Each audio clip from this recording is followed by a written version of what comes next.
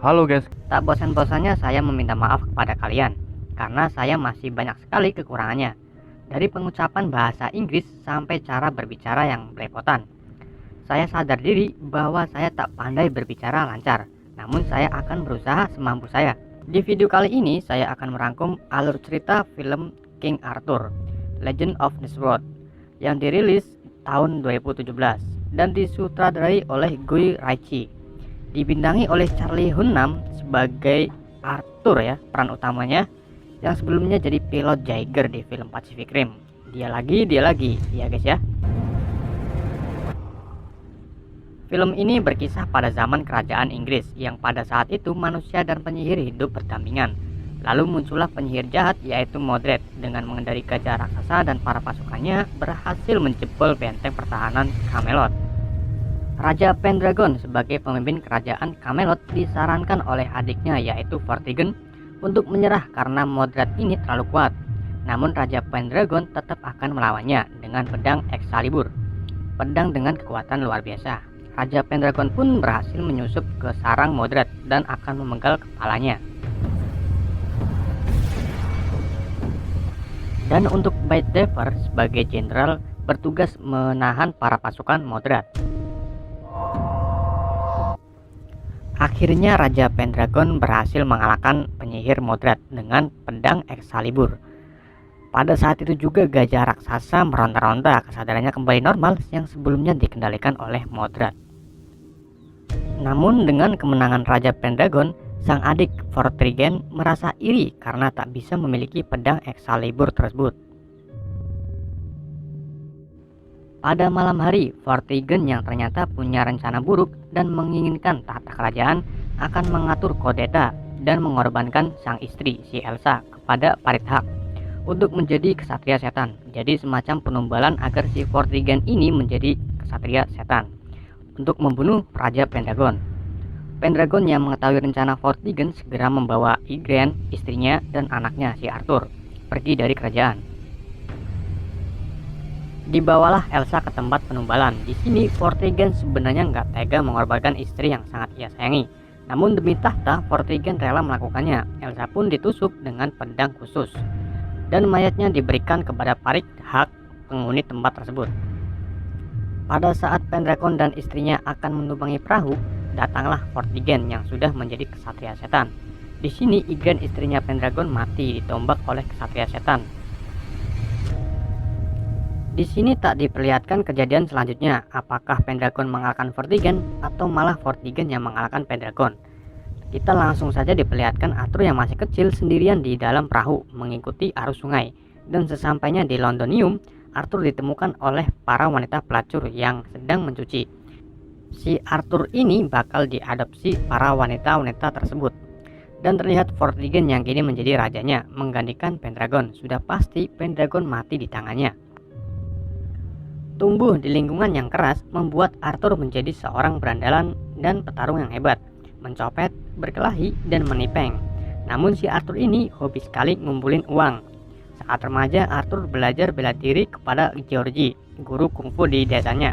Mungkin karena kerjaannya malak dan meminta uang keamanan, si Arthur ini harus bisa jaga diri.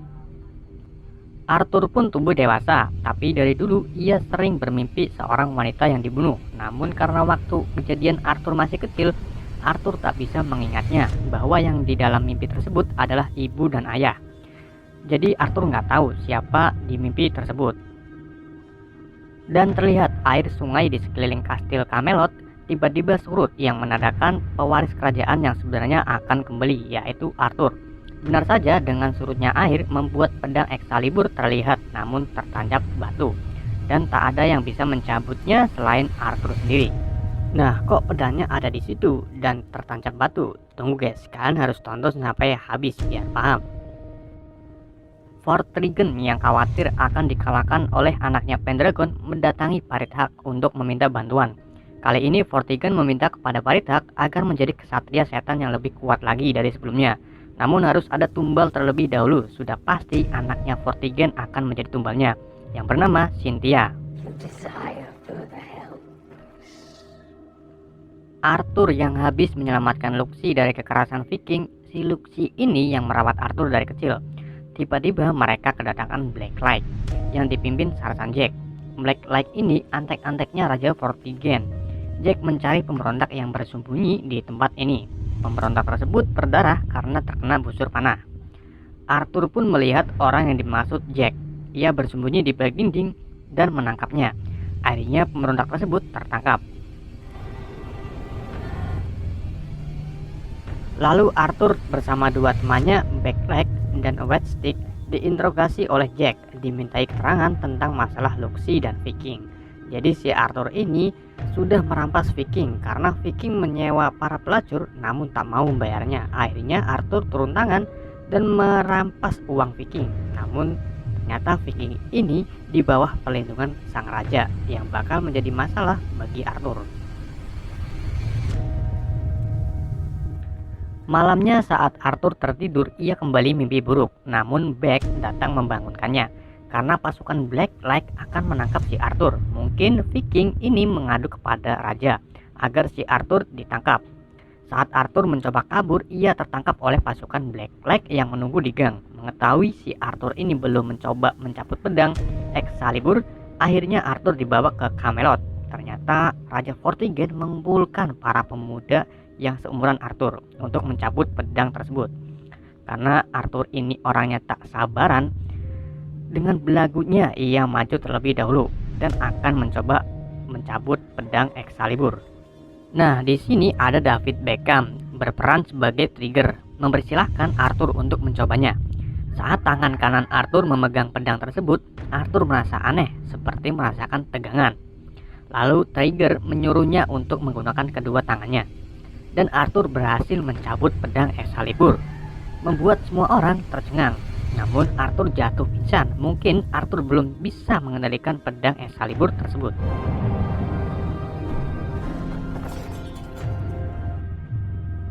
Arthur yang terbangun dari pingsannya terkejut melihat Raja Vortigern sudah ada di depannya. Vortigern memberitahu kepada Arthur bahwa Arthur ini anak dari Raja Pendragon. Namun Arthur masih tak percaya. Yang ia tahu, dia dibesarkan oleh para pelacur. Kita keluar jauh dari kerajaan Camelot, di mana Bedivere ini ternyata masih hidup, dan ia kedatangan seorang wanita bernama Guinevere, penyihir yang akan membantu Arthur merebut tahta kerajaan. Bersama anak buah Bedivere, Gwyn segera menuju ke kerajaan untuk menyelamatkan Arthur yang akan dipenggal kepalanya. Raja Vortigern yang sudah mengumpulkan rakyatnya akan melakukan pemenggalan kepala terhadap Arthur. Namun terlebih dahulu Arthur dibikin sengsara dengan dibunuhnya Luxi di depan Arthur. Arthur pun akan segera dipenggal dengan tujuan Raja Vortigern bisa mengendalikan pedang Excalibur yang diinginkannya. Datanglah Guinevere yang akan melakukan sihir kepada semua hewan di sekitarnya, seperti burung yang akan mengganggu proses pemenggalan. Dan Gwyn juga menyerang Vortigern yang tiba-tiba migran sakit kepala sebelah. Saat kericuhan terjadi, Rubio dan Parsifal, anak buah Bedivere, segera membebaskan Arthur dan mengambil pedang Excalibur yang terjatuh. Mereka pun berhasil dan segera kabur dari tempat itu dengan melompat ke sungai yang sangat curam.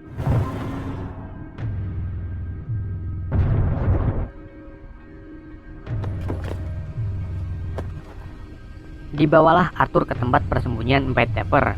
Bedivere sangat senang karena Arthur ini masih hidup. Namun Arthur ini banyak ngomong dan merendahkan orang-orang yang ada di tempat ini, membuat Bedivere dan lainnya kesel. Namun yang bikin Arthur kaget, orang yang waktu itu diburu Jack ternyata ada di depannya. Dia bernama Gossett Bill. Lah, kok bisa ada di sini? Jadi Bill ini mata-mata dari Bedivere. Walaupun tertangkap, dia tahu cara melarikan diri dengan mudah. Karena Arthur terus ngoceh, Bill menamparnya dan mengajak bertarung. Arthur langsung menghajar Bill di sini. Dan pada saat Arthur mau dikeroyok, Arthur menggunakan kedua tangannya untuk memegang pedang Excalibur. Namun lagi-lagi Arthur langsung pingsan.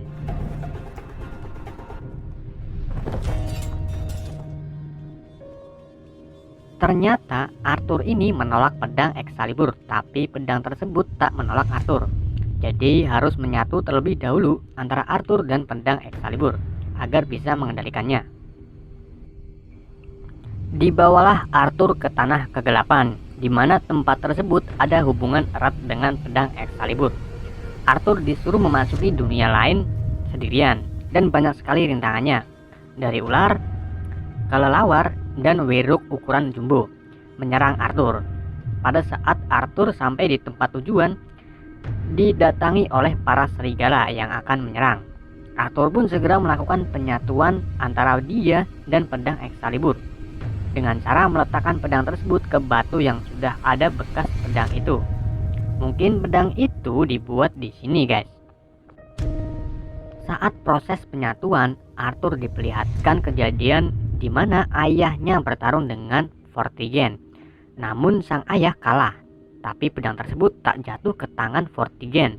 Pendragon menancapkan pedang tersebut ke tubuhnya sendiri.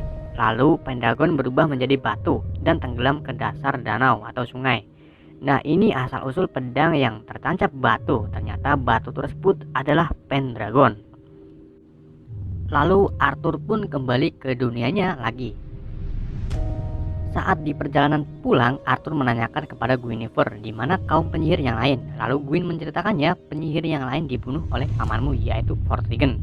Yang pada waktu itu Vortigern iri dan cemburu terhadap Raja Pendragon. Dia membuat kesepakatan dengan Modred untuk mengalahkan Raja Pendragon. Modred membunuh Raja Penyihir terlebih dahulu dan mengambil tongkatnya, lalu dibawa ke Menara Suci untuk membuka kekuatan jahat. Namun Merlin, salah satu penyihir baik, mencuri tongkat tersebut dan menempanya menjadi pedang hebat Excalibur, serta menghancurkan Menara Suci. Pedang itu kemudian diberikan kepada peri danau dan mengikatnya ke garis keturunan Raja Pendragon. Jadi sekarang pedang tersebut milik Arthur. Whetstick, Blue, dan Blacklock yang sudah menemukan Arthur di gua persembunyian Bad Dever memberitahu bahwa setengah warganya dibunuh oleh para Blacklight.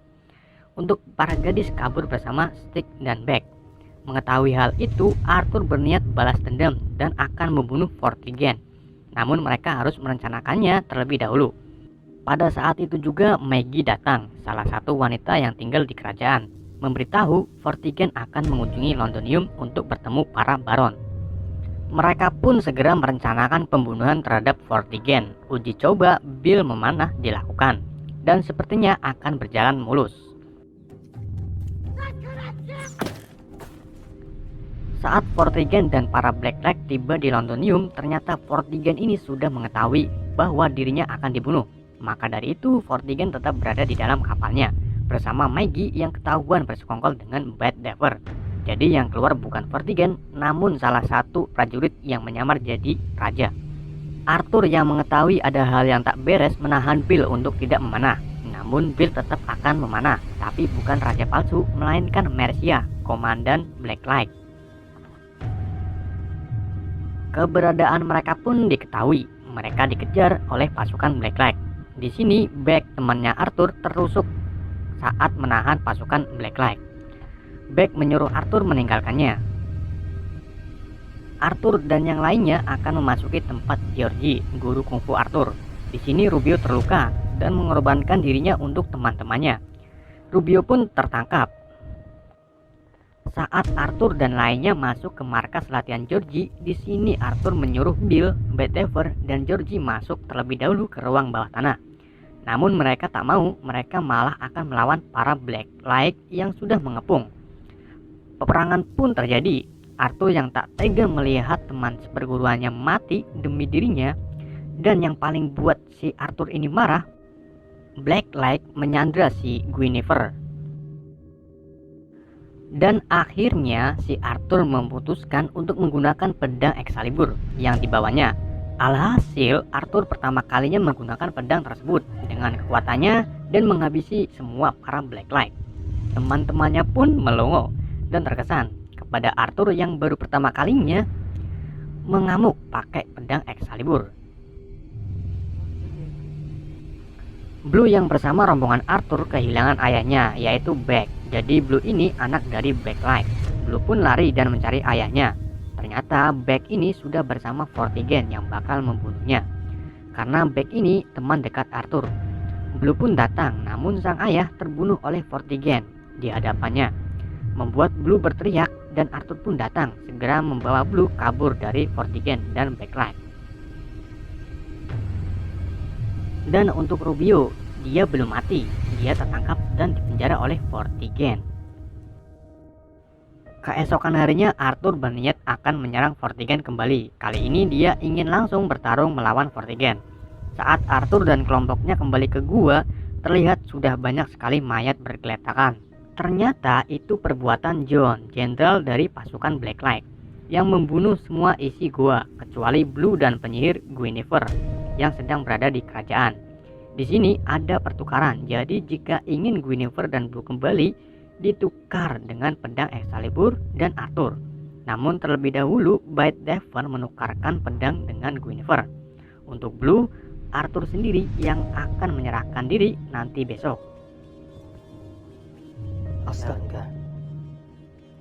Sebelum Arthur berangkat menyerahkan diri, Guinevere melakukan ritual. Arthur digigit ular terlebih dahulu dan Gwyn memberikan ramuan anti racun. Tujuannya agar Arthur ini mendapat perlindungan dari ular raksasa. Jadi Guinevere berencana akan mengobrak-ngabrik tempat di mana Arthur akan dibunuh oleh Vortigern dengan ular raksasa yang akan dikendalikan Guinevere. Arthur pun menemui Vortigern. Guinevere juga mengirim ular yang ukurannya tak terlalu besar. Tujuannya agar pada saat Vortigern memenggal Arthur, ular tersebut mengganggunya.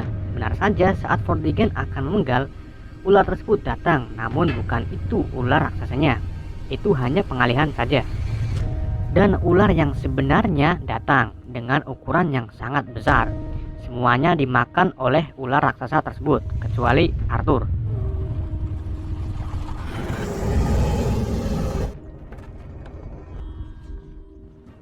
Vortigern yang terlebih dahulu kabur segera menghampiri anaknya, yaitu Cynthia. Dengan perasaan sedih dan tak tega, Vortigern harus melakukannya untuk dijadikan tumbal, agar Vortigern ini menjadi kesatria setan yang lebih kuat dari sebelumnya. Mayat Cynthia pun diberikan kepada Paritha.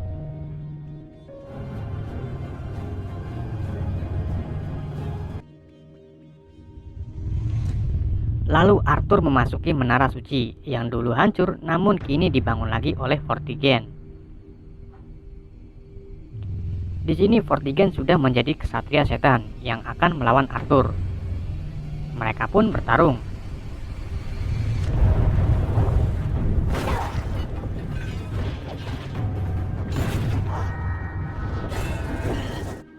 Di awal Arthur kalah dan terlempar, tapi pada saat itu juga Arthur diperlihatkan ayahnya yang akan menancapkan pedang Excalibur ke tubuhnya.